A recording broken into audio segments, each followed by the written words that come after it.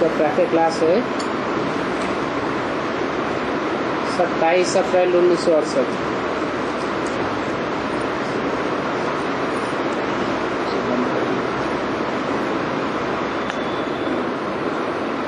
रूहानी बच्चों के साथ रूहानी बाप रूरिहन कर रहे हैं। वह कहेंगे राजयोग सिखाए रहे हैं।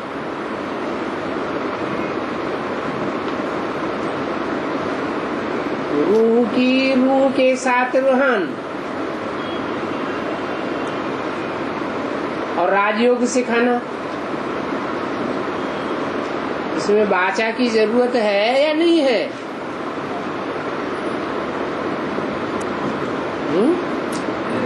बाचा की जरूरत है। कभी कभी ऐसे होता है कि दो के संस्कार आपस में मिलते हैं, एक की दृष्टि मात्र से ही दूसरे को वाइब्रेशन कैच हो जाता है, क्या कहना चाहता है, और बात को समझ लेता है और जवाब भी दे देता है। दृष्टि बहुत बात करती है, वाइब्रेशन से भी बातें होती हैं। तो रूहानी बाप रूहानी बच्चों के साथ रूरिहान कर रहे हैं, माना राजयोग सिखाए रहे हैं। इसमें बाचा की दरकार नहीं है। और तुम आए ही हो बेहद के बाप से राजयोग सीखने।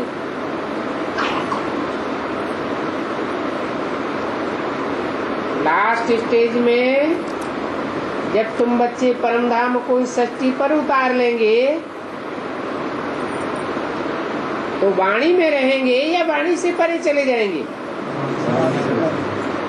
वाणी से परे तो चले जाएंगे, लेकिन बाप के साथ साकार में होंगे या सिर्फ निराकार में होंगे? साकार में होते हुए भी वाइब्रेशन से निराकारी स्टेज होगी, बोलने की दरकार नहीं रहेगी। नहीं तो परमधाम कहा ही जाता है तब जब वाणी से परे की वाइब्रेशन हो। इसलिए बुद्धि चली जानी चाहिए बेहद के बाप की तरफ। ये है परमात्म ज्ञान आत्माओं के प्रति।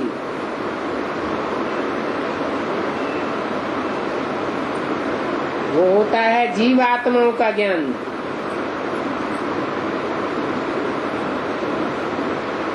वाचा में लाते हैं,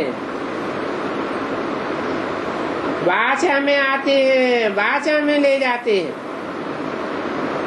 वाचा से परे कोई नहीं ले जाते। ये है शालिग्रामों के प्रति भगवान वाच। नहीं कहेंगे जीवात्माओं के प्रति। आत्माओं को ही सुनना है। इसलिए क्या बनना है? आत्माभिमानी बनना है। आगे तुम थे देह अभिमानी। इस पुरुषोत्तम संगम युग पर ही बाप आकर के तुम बच्चों को आत्मा अभिमानी बनाते हैं।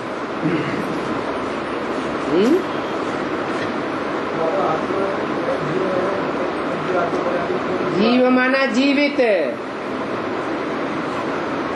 जीवित माने कर्म इंद्रियों से कर्म करने वाली।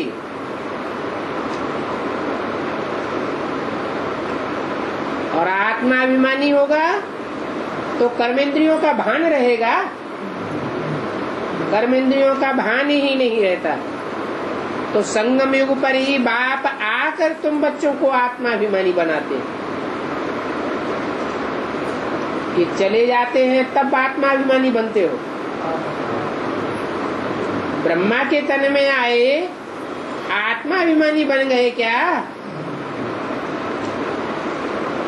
नहीं, ऐसे भी नहीं कि बाप चले गए। ब्रह्मा ने भले शरीर छोड़ दिया तो भी बाप तो इसी सृष्टि पर विराजमान है, और वापस तब जावेगा जब तुम सब आत्माओं को आत्माभिमानी स्टेज में बना के जावेगा। आत्माभिमानी और देह अभिमानी का फर्क तुम समझ गए हो। बाप ने समझाया आत्मा ही शरीर से पाठ बजाती है, पढ़ती आत्मा है, शरीर नहीं पढ़ता। परंतु देह अभिमानी होने के कारण समझते नहीं है आत्मा पढ़ती है, समझते हैं शरीर पढ़ता है, शरीर ही पढ़ाता है। परंतु ऐसे तो है नहीं। तुम बच्चों को जो पढ़ाने वाला है वो तो है निराकार।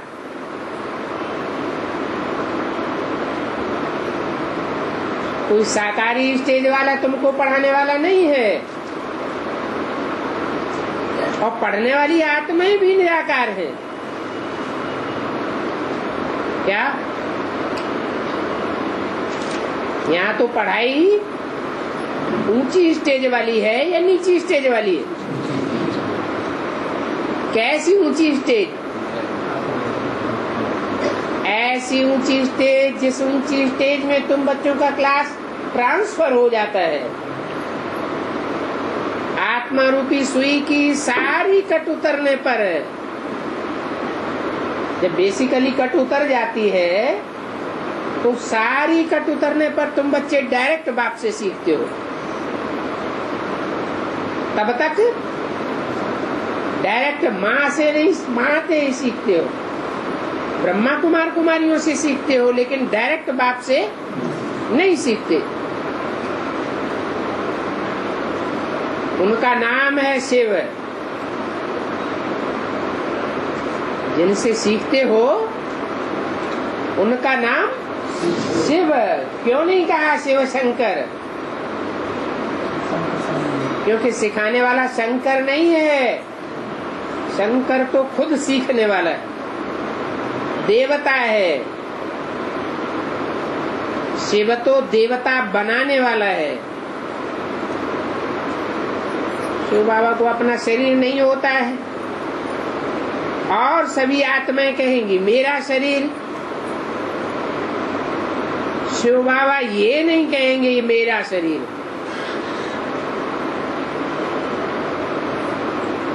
ये मेरा शरीर किसने कहा?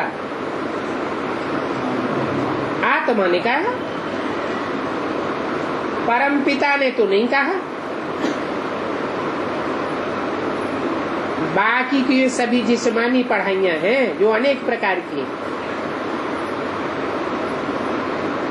उनमें कितने सब्जेक्ट्स होते हैं, और मैट्रिक बीए आदि कितने नाम हैं। इस पढ़ाई का तो एक ही नाम है, सहज राजयोग, और पढ़ाने वाला भी एक ही है।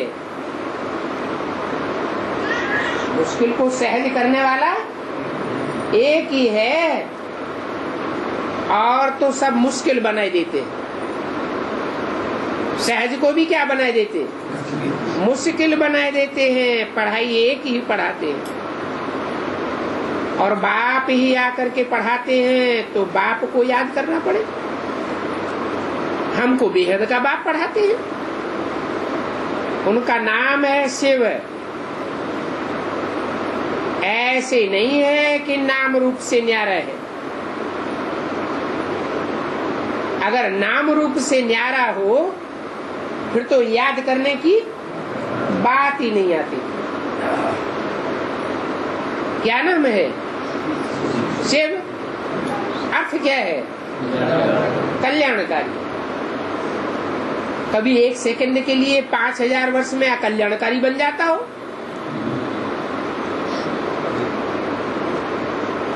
और आत्माएं कल्याणकारी जरूर बनती हैं, लेकिन शिव कभी भी अकल्याणकारी नहीं बनता। तो नाम भी है, रूप भी है। ये जो कहते हैं नाम रूप से न्यारा है,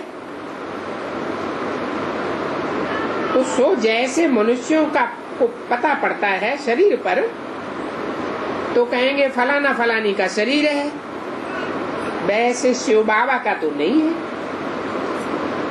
और तो सभी के शरीर के नाम आदि हैं। ऐसी कोई भी आत्मा नहीं है जिसकी आत्मा के ऊपर नाम हो, क्योंकि सबको शरीर मिलता है। शरीर से ही सबकी आत्माओं की पहचान होती है पाठ के द्वारा। मेरी भी पहचान तभी ये होती है जब मैं आकर के शरीर में पार्ट बजाता हूं। परंतु अंतर क्या है?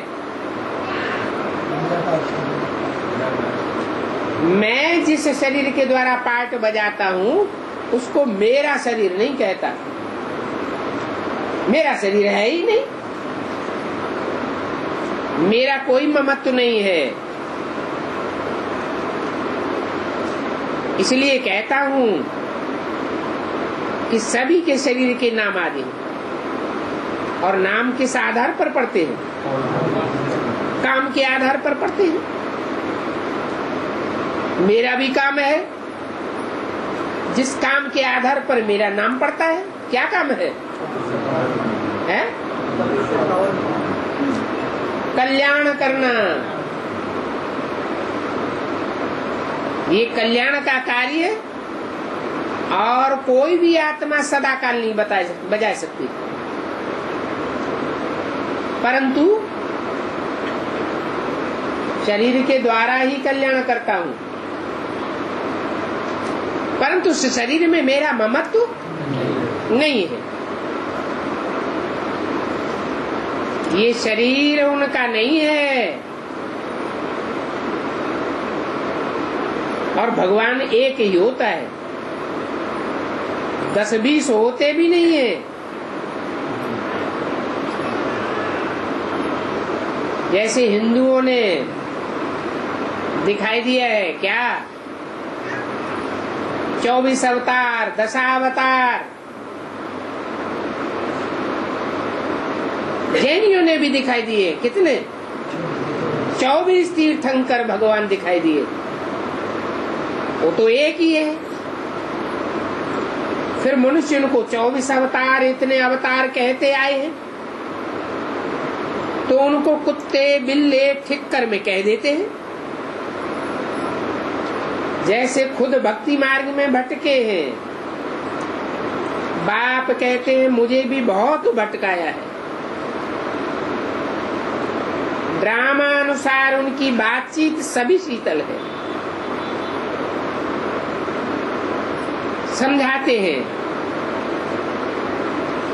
मेरे ऊपर सभी ने कितना अपकार किया है।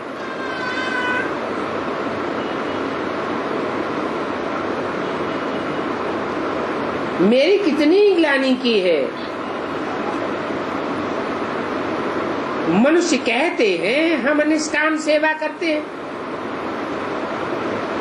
बाप कहते हैं मेरे सिवाय और कोई भी निष्काम सेवा नहीं कर सकता।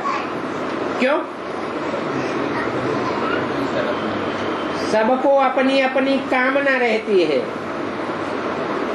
सबको अपना अपना रथ है, सबको अपना अपना स्वार्थ रहता है। मेरा कोई भी शरीर ही नहीं है तो कोई स्वार्थ भी नहीं है, तो निष्काम सेवा मैं करता हूं।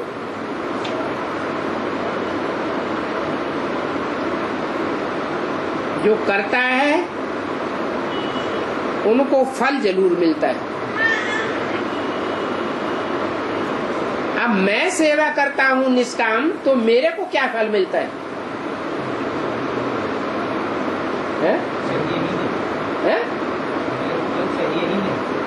चाहिए ही नहीं, क्योंकि कामना ही नहीं है। कामना होती है तो फल मिलता है, कामना ही नहीं है तो कोई फल भी नहीं बनता। अभी तुमको तो फल मिल रहा है, ज्ञान भी है, भक्ति का फल भगवान देंगे, क्योंकि भगवान है ज्ञान का सागर। तो क्या फल देंगे? ज्ञान फल देंगे। भक्ति मार्ग में तो ज्ञान होता ही नहीं है, वो तो सभी कर्म कांड के शास्त्र हैं। कर्म कांड के शास्त्रों को ज्ञान नहीं कहा जाता। वो जो भी कर्म कांड है वो कहाँ की यादगार है? इस समय संगम युग में जो तुम बच्चों ने कर्म किए हैं, चाहे ज्ञान युक्त कर्म किए हैं चाहे अज्ञान युक्त कर्म किए हैं, उनकी यादगार कर्म कांड बनाए गए। आधा कल्प तुम कर्म कांड आदि करते आए हो।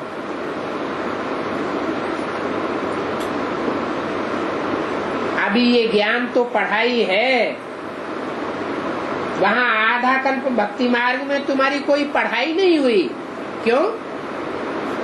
क्योंकि पढ़ाई का तो अहम ऑब्जेक्ट होता है, वहाँ तुम्हारी पढ़ाई का कोई अहम ऑब्जेक्ट था ही नहीं। पढ़ाई पढ़ी जाती है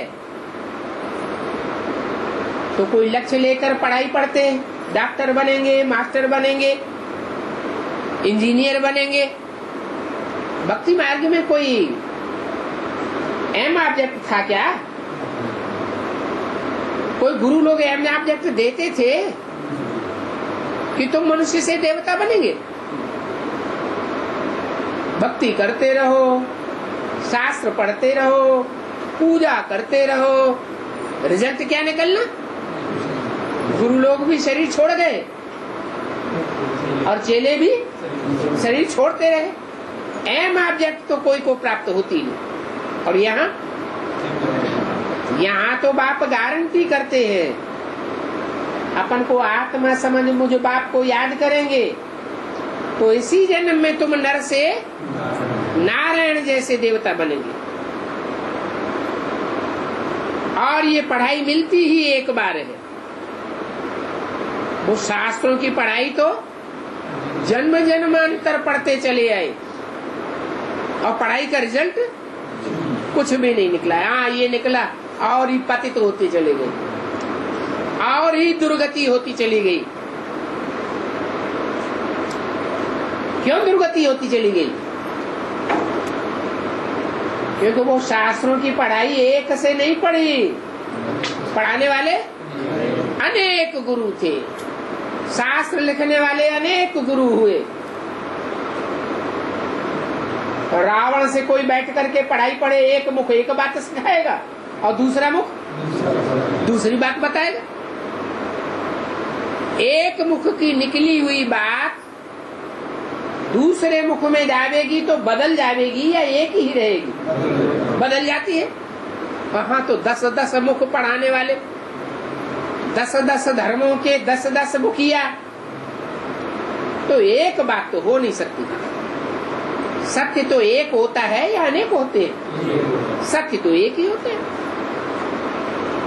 बाप पुरुषोत्तम संगम युग पर ही एक बार आकर के तुमको पुरुषोत्तम बना दे।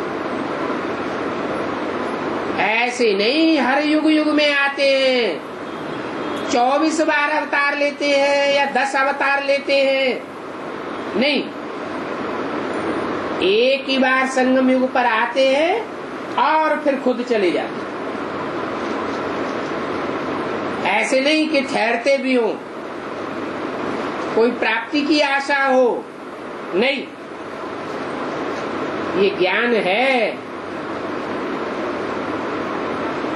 सच्ची जानकारी है। भक्ति मार्ग में तो जो भी गुरुओं ने सिखाया वो सब अज्ञान, इसलिए उसका नाम है भक्ति। भागते रहो, जन्म जन्मांतर भागते रहो। आधा कल्प तुम भक्ति करते आए, ठिकाना तो कुछ भी नहीं मिला। और यहाँ तो तुमको क्या ठिकाना मिला? एक बाप, दूसरा कोई ठिकाना नहीं, पक्का ठिकाना मिल जाता है। अभी जो भक्ति नहीं करते हैं उनको वहम पड़ता है, पता नहीं भक्ति न करने से ये होता है, या कहीं मर पड़ते हैं या कहीं अनिष्ट हो जाता है। ऐसे भक्ति मार्ग में समझते हैं ना। बाप कहते हैं वास्तव में भक्ति में तुमने दुर्गति को पाया है। अभी भी अगर भक्ति करते रहे, एक के प्रभाव में न चले, औरों से प्रभावित होते रहे, तो प्रभावित माना प्रजा बनते रहेंगे। राजयोग सीख करके राजाई के संस्कार नहीं आवे।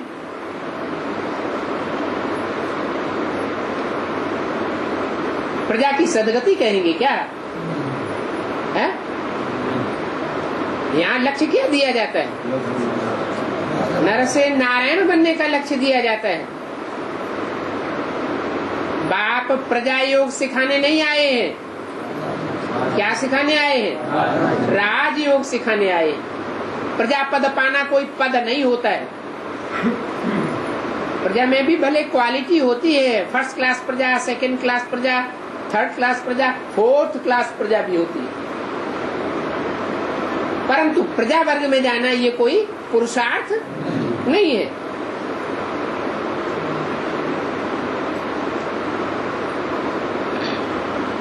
तुम बच्चे कहते भी हो आप आकर पतितों को पावन बनाकर सतगति में ले चलो, या कि आकर के ज्ञान सुनाओ, ज्ञान सुनाकर ब्रह्मा के तन से चले जाओ, फिर हम सदगति को पाते रहेंगे। नहीं, आप आकर के क्या करो? ज्ञान सुनाकर नहीं चले जाओ, पतितों को पावन बनाओ, सदगति में ले चलो।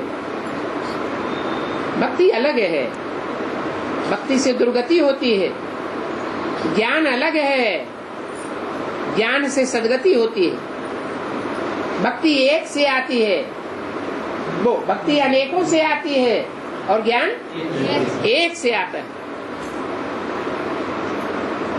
भक्ति से रात होती है, और वो भी आधा कल्प की रात होती है। ज्ञान से दिन होता है, लेकिन ज्ञान तो सिर्फ एक ही जन्म में होता है, और उसकी प्रारब्ध आधा कल्प चलती है। भक्ति आधा कल्प चलती है, और प्रारब्ध भी दुर्गति की आधा कल्प चलती है। तो बोला टाइम तो दोनों का एक ही है।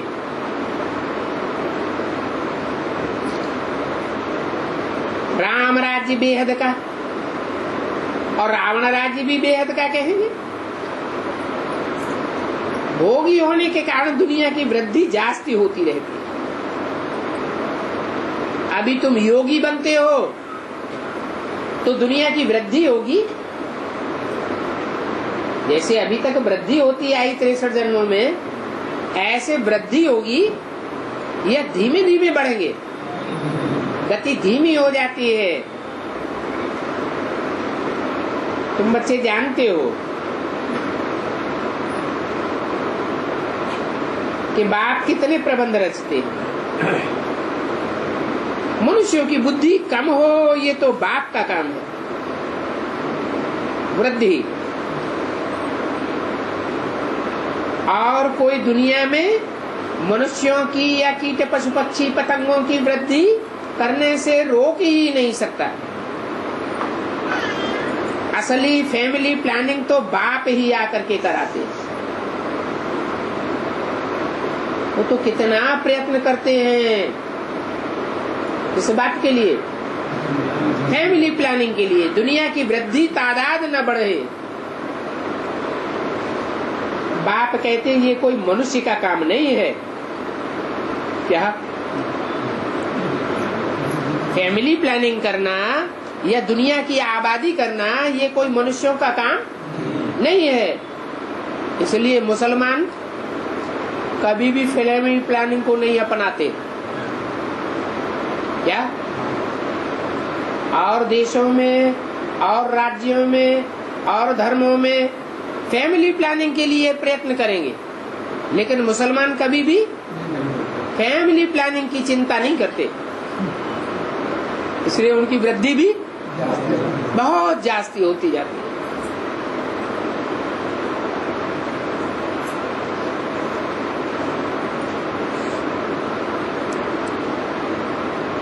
वास्तव में फैमिली प्लानिंग का काम कोई जानते भी नहीं है,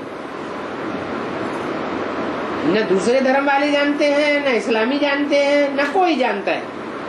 फैमिली प्लानिंग की जो ज्ञान है वो ज्ञान तो सिर्फ बाप के पास है। तुम अभी जानते हो, इतनी बड़ी सृष्टि है, उनको कम करना ये तो बाप का ही काम है। बाप आते ही है कम करने के लिए, नहीं तो इतने वर्षों से देश देशांतर में फैमिली प्लानिंग का काम चल रहा है। दुनिया की आबादी कम हो रही है क्या? तो दुनिया जानती ही नहीं है फैमिली प्लानिंग का काम किसका है। बाप बताते हैं। ये जो मैं गीता सुनाता हूँ, ये गीता ही फैमिली प्लानिंग का शास्त्र है। वो गीता पढ़ते पढ़ते तो दुनिया की आबादी कितनी ही बढ़ती चली जा रही है।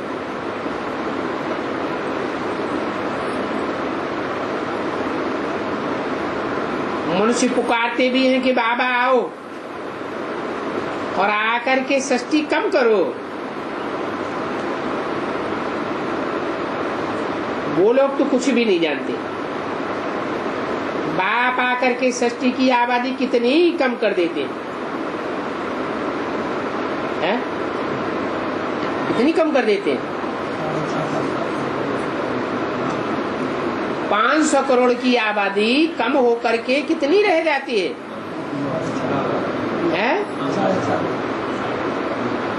100 गुनी से भी कम हो जाती है। 1 करोड़ आबादी हो तो कहेंगे 10 गुनी कम हो गई, 10वां हिस्सा रह गई। अब 500 करोड़ में से कितने बचेंगे? 9 लाख। वो भी आत्माएं तो होंगी 9 लाख, शरीर 9 लाख नहीं होंगे, तो कितनी कम हो गई?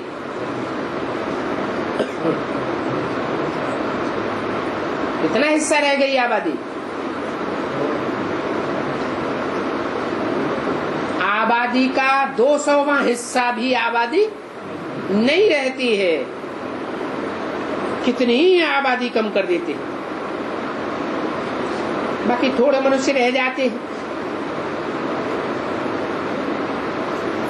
सभी आत्माएं अपना अपना शरीर छोड़कर परमधाम वापस चली जाती है।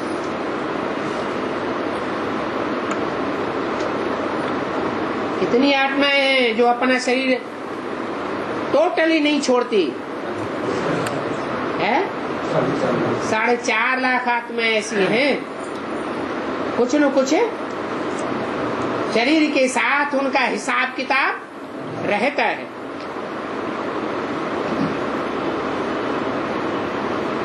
तो कोई आत्माएं होती हैं जिनका हद के नाटक में देरी से पार्ट होता है, कोई का आदि से अंत तक पार्ट होता है, कोई बीच में पार्ट बजाना शुरू करते हैं और कोई अंत में आते हैं पार्ट बजा के, फिर सब इकट्ठे वापस जाते। ये भी बेहद का ड्रामा है। जो देरी से आते हैं वो जरूर घर से भी देरी से आते हैं। चलो हमारा तो पार्ट ही नहीं है, हम देर से भी जाएंगे तो कोई बात चलेगी नहीं, चलेगी। अपना धंधा पूरा करके फिर पिछाड़ी में आ जाते। तो पिछाड़ी वाले अपना धंधा दोरी आदि भी करते हैं ना, फिर समय पर नाटक में आ जाते हैं पार्ट बजाने के लिए। पिछाड़ी में जिनका पार्ट है वो पिछाड़ी में ही आते। पहले पहले जो शुरू के पार्टधारी हैं वो आते हैं,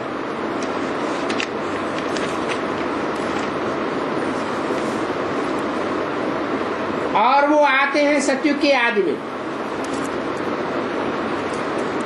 फर्स्ट सीन में आ जाते हैं। और पिछाड़ी में देखो तो सभी आ जाते हैं, डार टारियां पत्ते आदि पिछाड़ी तक आते रहते हैं। इस समय तुम बच्चों को ये बेहद के ज्ञान की बातें समझाई जाती हैं। इस समय ही तुम बच्चे या सवेरे सवेरे याद में बैठते हो, तो जितना अमृत वेले की याद में बैठेंगे अलर्ट हो करके, उतना विचार सागर मंथन भी चलेगा।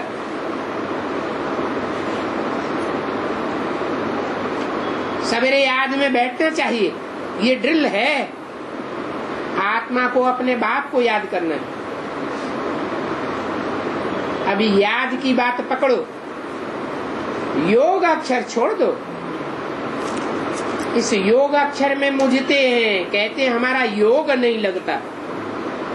बाप कहते हैं अरे बाप को याद करना ये कोई अच्छी बात नहीं है क्या? याद नहीं करेंगे तो पावन कैसे बनेंगे? है? जिसको याद करेंगे वैसे ही बनेंगे। विनाशी को याद करेंगे तो विनाशी बनेंगे, अविनाशी को याद करेंगे अविनाशी बनेंगे। तो बिंदी को याद करें ना, बिंदी अविनाशी नहीं है। हाँ फिर हाँ, बिंदी तो सभी अविनाशी है। कीड़े मकोड़े की बिंदी वो भी अविनाशी है, पता कैसे लगेगा? हम कौन सी बिंदी को याद करते हैं? इसलिए पार्टिकुलर साकार भी चाहिए, और ऐसी साकार आत्मा चाहिए जो पतित से 100% पतित से 100% पावन बनने वाली हो, ऑलराउंड पार्टधारी हो।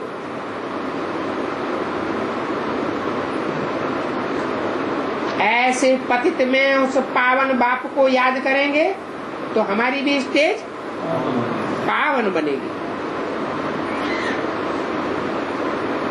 बाप है ही पतित पावन, क्या एक नहीं है? क्या है? बाप के टाइटल क्या है? सिर्फ पावन या पतित पावन? बाप एवर प्योर नहीं है।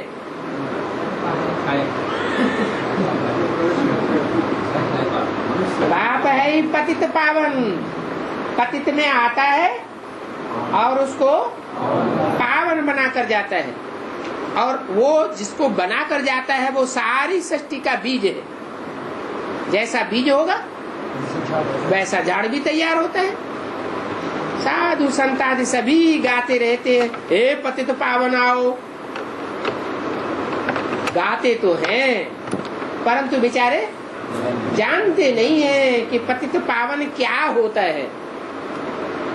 तालियां बजाते गंगा में जाकर स्नान करते रहते हैं, भाषण आदि करते हैं, तो उनको जो अपने हैं सभी को ले जाते हैं।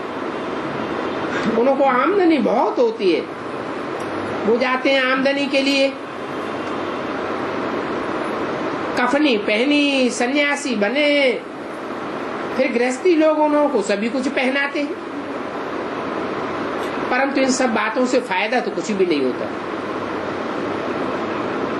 इन बातों से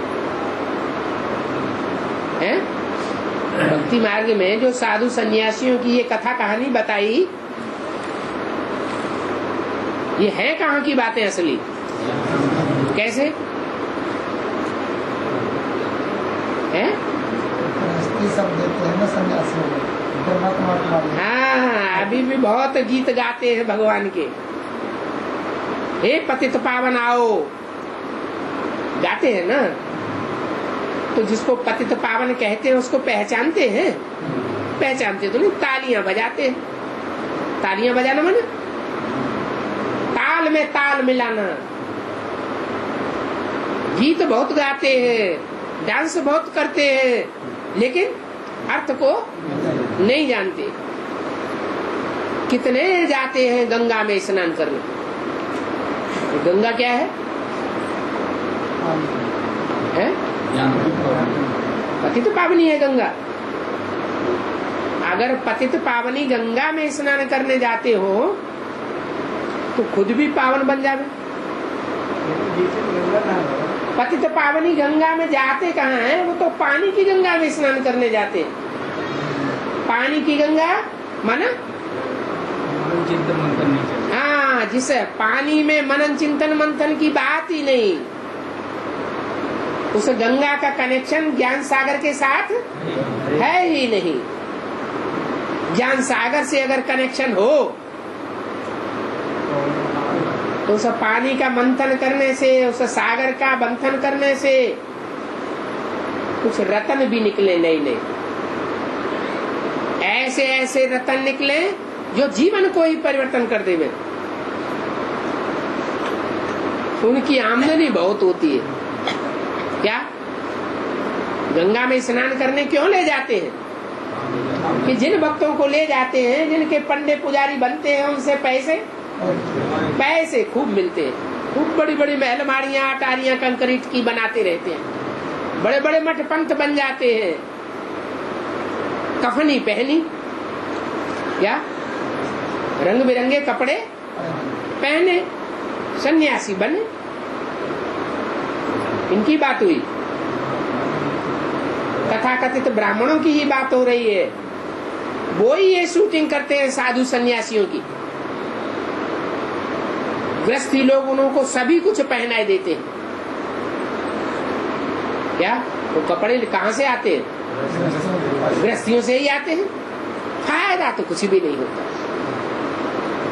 भले बड़े बड़े मठ पंथ बनाते हैं, कपड़े अच्छे अच्छे पहनते हैं, लोगों से मान मर्तबा बहुत मिल जाता है, लेकिन फायदा कुछ भी नहीं। वो अनेक प्रकार के गुरु हैं, एक धर्म के नहीं है, अनेक धर्मों के आधार मूर्त हैं। सदगुरु तो एक ही है। उस सदगुरु को बेहद का बाप कहा जाता है। वो बेहद का बाप भी है, टीचर भी है और सदगुरु भी है। अगर कहें कि सर्वव्यापी है, ठिक्कर बित्तर में है, फिर सदगुरु कैसे बना? ठिक्कर बित्तर सदगुरु सदगति करेगा क्या? ठिक्कर बित्तर क्या करेगा? अरे ठिक्कर बित्तर खुद ही ठोकरें खाता रहेगा। बित्तर माने भीत, दीवाल। खुद भी विघ्नों में अटकता रहेगा, दूसरों को भी विघ्नों में अटकाता रहेगा। खुद ठिकाना नहीं पाएगा और दूसरों को भी ठिकाना, दूसरों की बुद्धि को भी एक ठिकाने नहीं लगावेगा। ये सभी भक्तों की भक्ति की बातें हैं। जो बातें बाप ही समझाते हैं, इन बातों से मनुष्यों की दुर्गति हुई है, भक्ति की बातों से। ऐसे नहीं कि डुरापा देना है कि भक्ति मार्ग का पार्ट ही क्यों रखा। अरे ये भक्ति मार्ग का पार्ट बना बनाया है या रखा गया है? बना बनाया है। ये डुरापा नहीं देना है। ये अनादि अविनाशी ड्रामा के आदि मध्य अंत का राज समझाते। ये है वैरायटी धर्मों का, वैरायटी मनुष्यों का वृक्ष। तुम बच्चों की बुद्धि में ये बातें याद है। सारी सृष्टि के जो भी मनुष्य मात्र है, सभी पार्टधारी है। क्या एक भी ऐसा मनुष्य नहीं है जिसका पार्ट इस सृष्टि रूपी रंगमंच पर नुदा हुआ नहीं है। जानवरों की तो बात ही नहीं है। कितने ढेर मनुष्य हैं, हिसाब भी निकालते हैं। कितने इतने मनुष्य हैं, हिसाब करते हैं कितनी वृद्धि होती है। वर्ष में इतने करोड़ पैदा हो जाएंगे, निकालते हैं ना। अभी इतने करोड़ बढ़ते जाएं तो इतनी जगह कहाँ है? तो बाप कहते हैं मैं आता ही हूँ, आता हूँ तो लिमिटेड नंबर पूरे होने को होते हैं।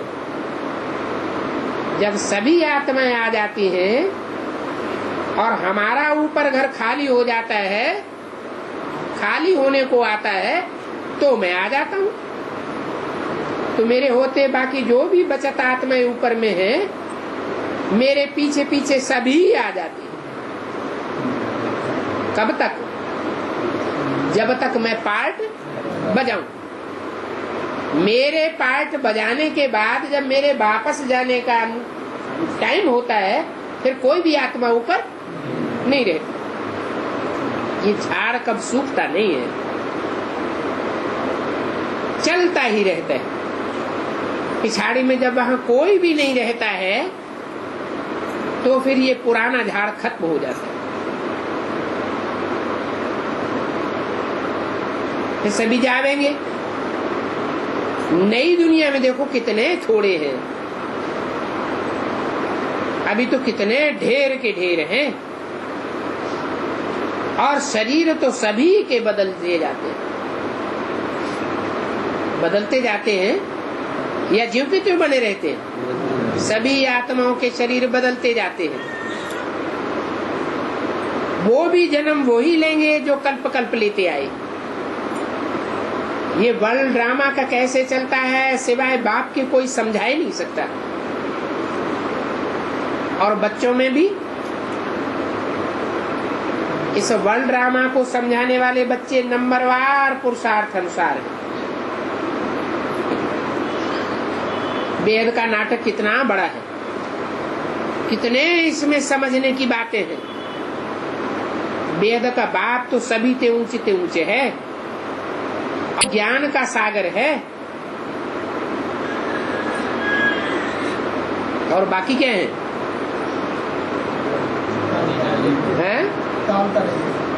ताल तलैया भी हैं, नहरें भी हैं, नदियां भी हैं, बड़े बड़े सरोवर भी हैं, लेकिन ज्ञान सागर एक ही बाप है। सबसे बड़े सरोवर का नाम क्या रखा है? ज्ञानमान सरोवर। वो कहाँ है?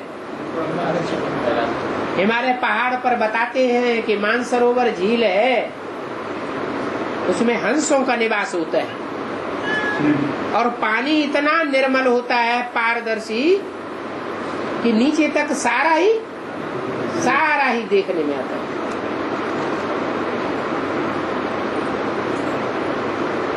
तो बाप है अनलिमिटेड, बाकी सब है लिमिटेड।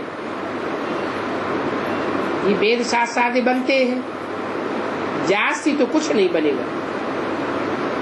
तुम तो ये लिखते जाओ, जो बाप सुनाते हैं तुम ये लिखते जाओ तो कितने कागज हो जाएंगे?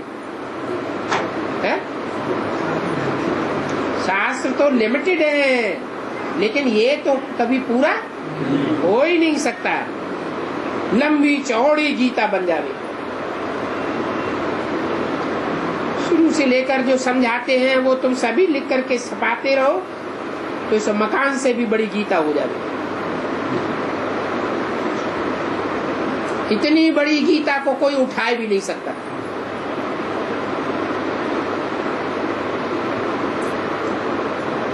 उठाना माना इतने ज्ञान को कोई धारण भी नहीं कर सकता, छप भी नहीं सकती। इसलिए ये बढ़ाई दे दी है। क्या गायन है कि सागर को स्याही बनाओ, सारे जंगल को कमल कलम बनाओ, तो भी ये ज्ञान पूरा नहीं हो सकता। गायन भी है, चिड़ियों ने सागर को हप कर लिया, हप कर लिया अर्थात क्या कर दिया है?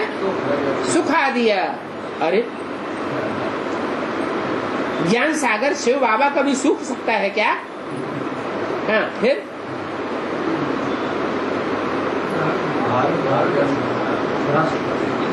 धारण कर लिया, धारण कर लिया और सुखा दिया, एक ही बात है। अरे जिस प्रजापिता में प्रवेश करते हैं वो ही जैसे अगस्त ऋषि हो गया, उसने सारा ही ज्ञान सागर का ज्ञान जल पी लिया और फिर चिड़िया जो है उसको खाना शुरू करती है। तो प्रजापिता का पार्ट कैसा हो जाता है? अहंकारी हो जाता है, देह अभिमानी बन जाता है, ज्ञान उड़ जाता है या ज्ञान रह जाता है? सारा ज्ञान प्रजापिता का उड़ जाता है। क्या बन जाता है?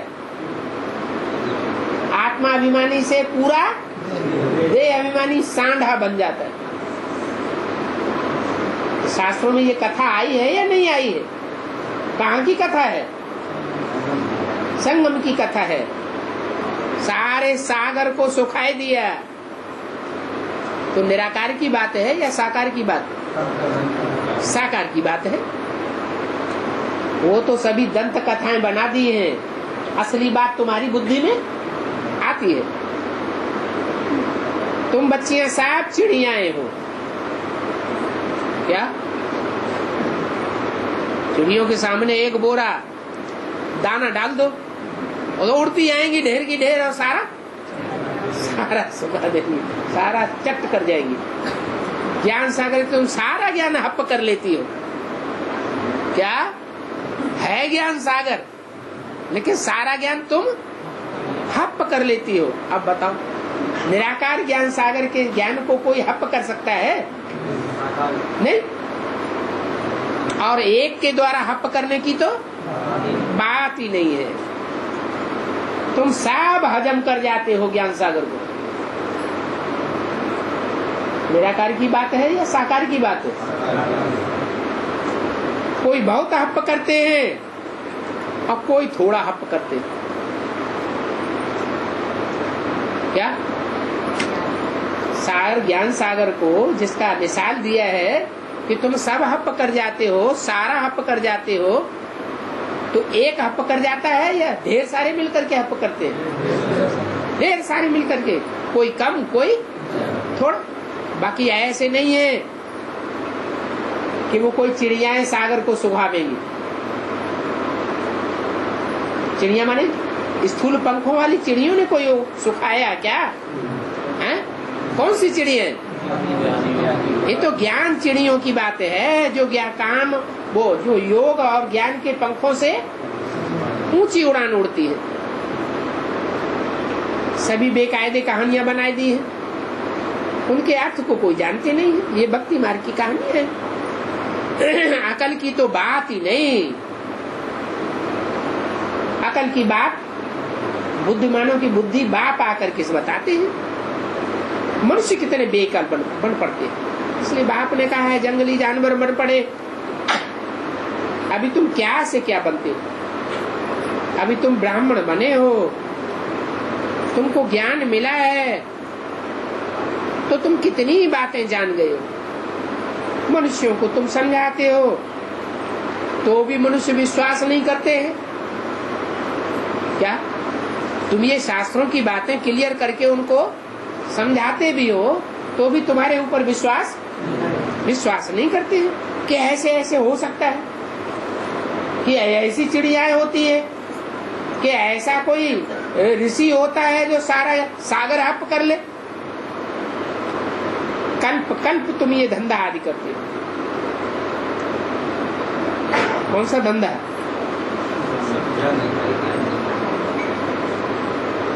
इस सागर को हप करने का और सागर को फिर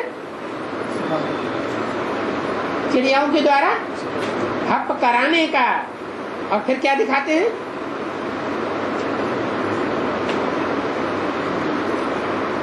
पेशाब की धार में सारा सागर बाहर निकाल दिया तो खारी बन जाएगा या मीठा रह जाएगा? खारी बन जाता है कहाँ का आदमी? अरे वो आदमी कहाँ का कहा जाता है? फर्रुखाबादी। फर्रुखाबाद का नमकीन बहुत मशहूर है। वाणी कैसी है?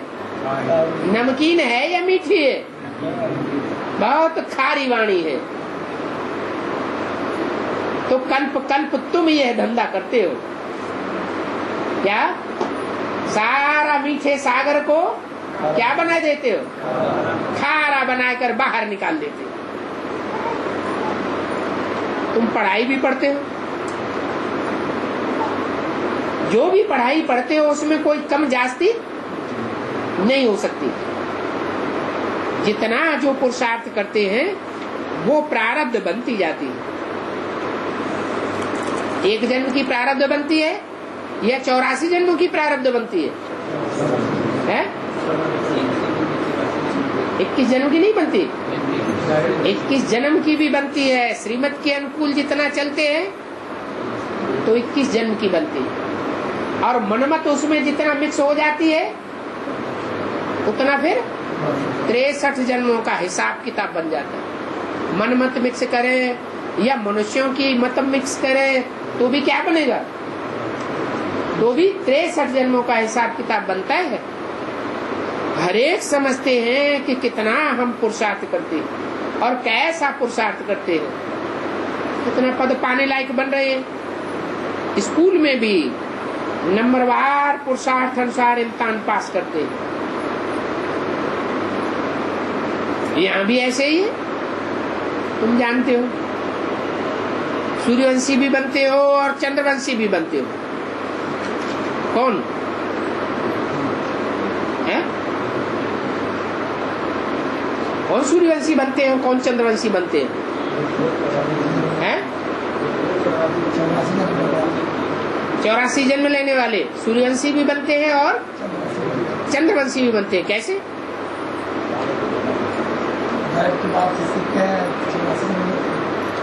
अरे सतयुग में भी हम सूर्यवंशी बनेंगे 4.5 लाख, और त्रेता में भी जाकर चंद्रवंशी बनेंगे। जो नापास हो पढ़ते हैं वो चंद्रवंश में चले जाते हैं।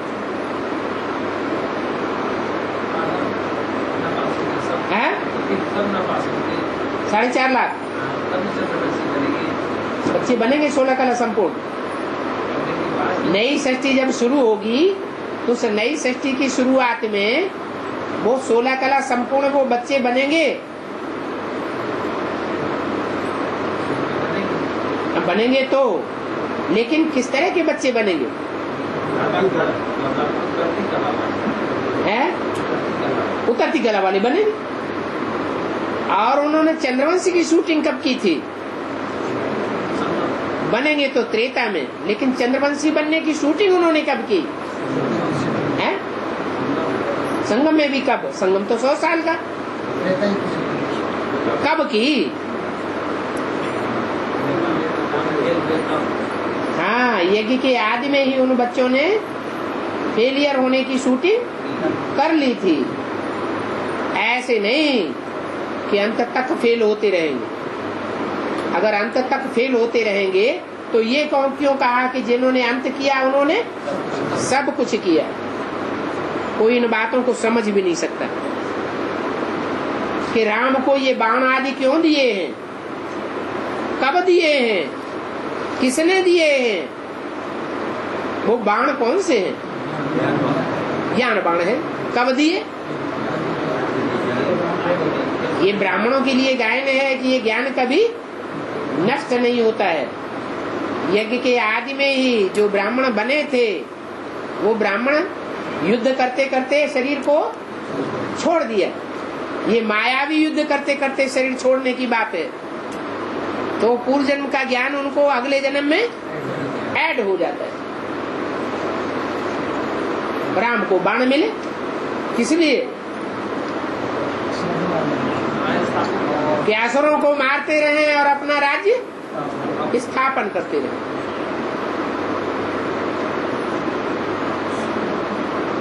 मारा मारी की हिस्ट्री बनाई दी है शास्त्रों में, स्थूल बातें बनाई दी हैं ज्ञान की बातें, और उनको हद की बातों में कन्वर्ट कर दिया। अच्छा, ओम शांति।